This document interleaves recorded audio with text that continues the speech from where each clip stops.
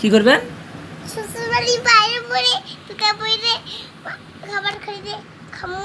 কি খাবেন? নাচমু, কালমু, হাঙ্গু, আর কি করবেন? রং লাগামু। রঙও মাখাবেন? হ্যাঁ। আর কি করবেন?